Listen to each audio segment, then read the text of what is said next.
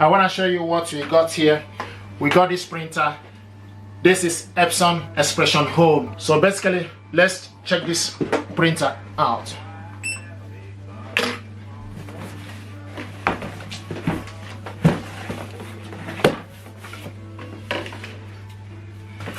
Here we go. Now, as usual, you can see the ink. So we have, so this is 604 yellow and 604 cyan.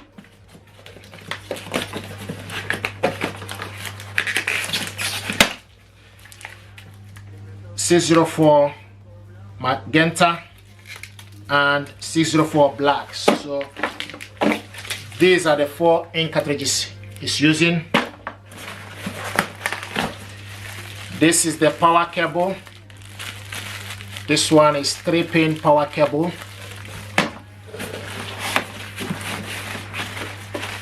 This is the information.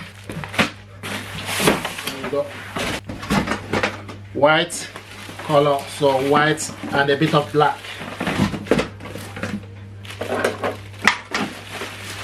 Epson Expression Home XP4205.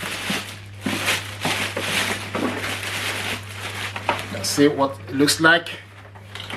Very compact, very economical. The button is black, so it's mixed white and mixture of black. The serial number for this printer is here. This is the rear paper tray.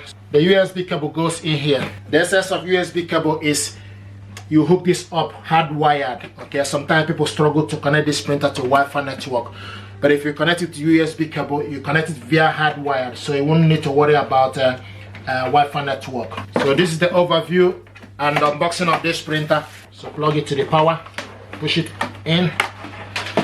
You can also, if you have any paper jam, check here for any paper jam as well. So you can check for any paper jam. Okay, so this section have the paper tray on top. Any paper jam, check for any paper jam and debris and make sure you put it back. Okay.